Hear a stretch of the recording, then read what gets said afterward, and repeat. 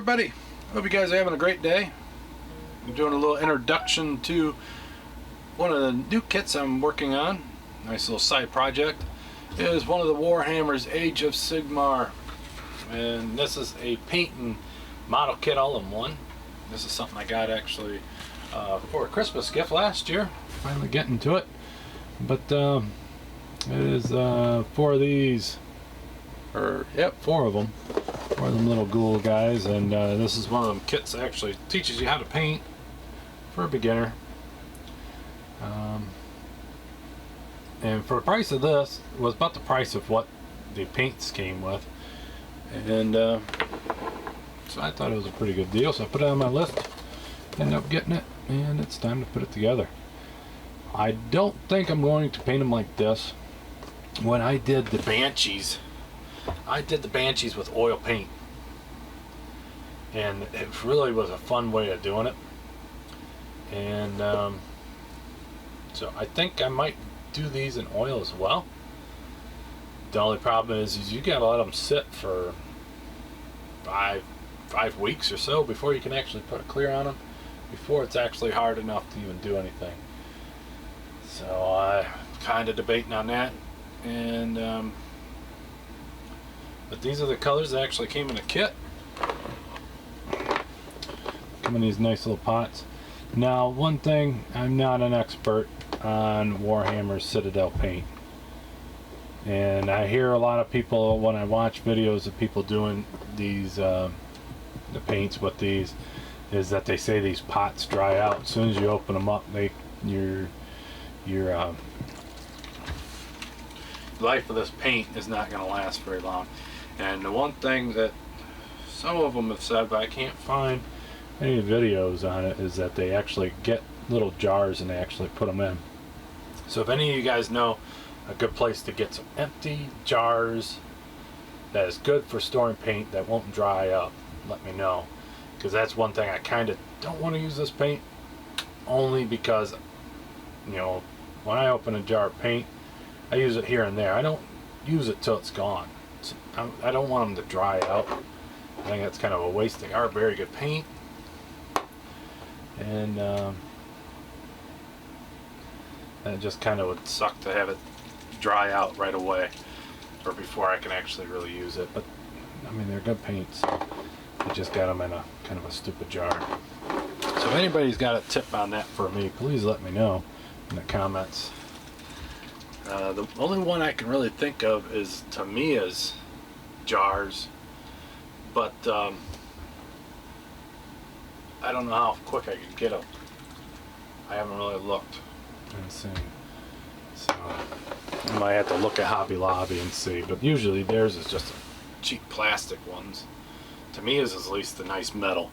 So, but I glued these guys together the other day and primed them today.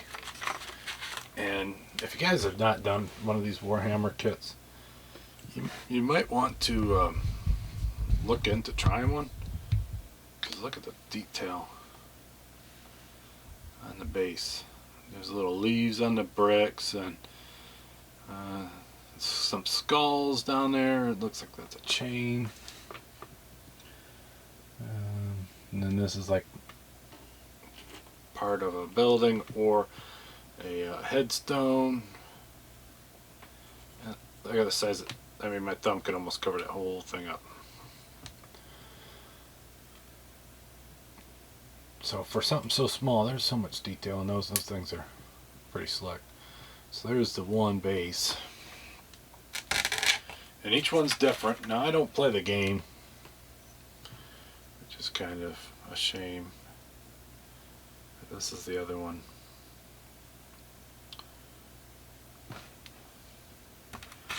One of these guys has like a wrought iron fence. The other one has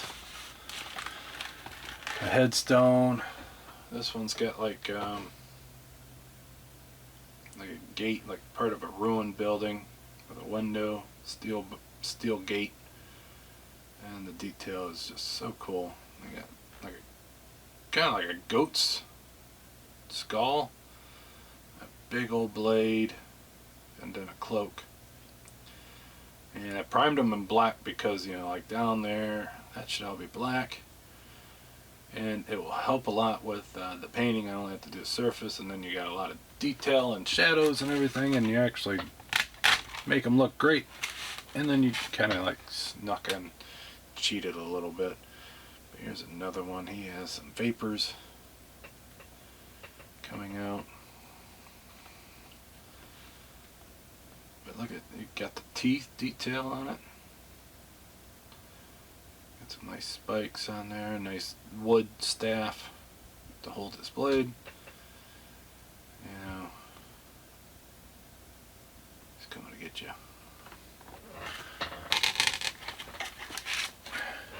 You know, till I did that first one, I was kind of scared of them, you know, kind of intimidating. You watch some of these guys make them look so fancy. Like there's a skull. And I was afraid my skills wasn't good enough yet for them. But I started doing them, and really had a lot of fun. So I think I'm going to start this one up. Actually, I already did. But as you can see, I got them on stakes right now. I'm going to do a little bit of painting on them. I have one. I have to prime him. And I bought him separate on eBay. He came in a bigger kit. And I think this guy is so damn cool. And he was the one I had first out of all of them. And I did not want to screw this one up. And I think I might prime this one and try it again. I did have to strip it before. And it's all clean and ready. But the one thing I tried and it didn't work was I tried having them all in pieces and painting them and then gluing them together. And none of them guys do it that way, and they don't do it that way for a reason. It's just too hard. So I was afraid of like areas like this I wouldn't be able to get my brush in to do it. But what they end up doing is just using it as a shadow and stuff like that. So, but I'd like to get more of these guys. I can't remember what they're called, but I usually can find them online. But like way up in here, there's ribs on the back of the spine of the horse that's visible. And that was something I was worried about, thinking I had to leave him off and then paint it and then put him on there. I watched some tutorials of guys painting this one, and they got what they could on that, and it wasn't so noticeable that it didn't look right. Because you have to use your shadows and everything on it. So I think I'm going to be painting this one along with those guys there, and then I can put them all together. So that is one of the projects that I've been working on. And while I'm talking about that, I'll show you this guy. So I 3D printed this guy, and the print came out really good. And I have a membership in a thing called Loot Studio, and so everything, you know, a monthly subscription comes out, and they have probably about 40 figures in that kit. This was one of them, and the staff end up breaking, and you know, but he's got scratches on his shield from being in battle, and look at the detail on that.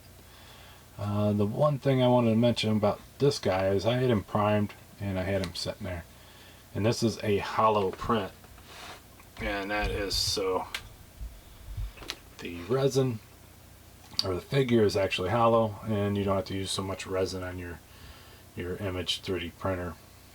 And I use water soluble instead of alcohol soluble resin. That causes problems. When it's still got some wet resin in there that's not cured, you can see this crack on its head. It went all the way around. It started pretty small, and over time it started getting worse and worse and worse. And then one day I came home and his head was off because of that resin inside is still wet. So I know some of you guys have a lot of interest in 3D printing. It is an amazing tool and you can get some amazing detail. But if you use the water soluble resin, print your stuff in solid prints. I designed this and printed it out. And remember, I did this twice. This was on my Ming playing group build. It turned out good. And over time, that shit started eating that away and cracked it all to hell. And that was because I used a water soluble resin and I made it hollow. If you have a print that you can print solid, print it solid, and I don't think you'll have problems with that water soluble. But if you have regular alcohol washed resin, I don't think you have this problem. I don't hear of anybody having this problem, because these are clear alcohol washed resin. They're just the typical resin. There's no cracking or nothing in those, and those are 3D printed. Because if you remember, this guy mounted to that and it was taken off. That went to shit. That don't bother me so much. I'll print another one. I can print another one to them. But if you guys have a big invested project, you put tons of time in painting it, which I didn't do on this. This was just a quick little paint job. But if you have tons of time in a painting and it cracks like that, say if I finished him, I did an amazing job painting him and he fell apart. Whew. Could you believe how mad you'd be? So, if you guys getting in that resin, that's a little tip I like to share with you guys, so that way you don't have that pain in the ass. But that's it for this one. Nice little introduction to the Warhammer Age of Sigmar. I don't know which one these guys are. It's just a Nighthaunt set, but I think all of them are Nighthaunt sets. And until next time, you guys have a great one. I'll talk to you then. Bye.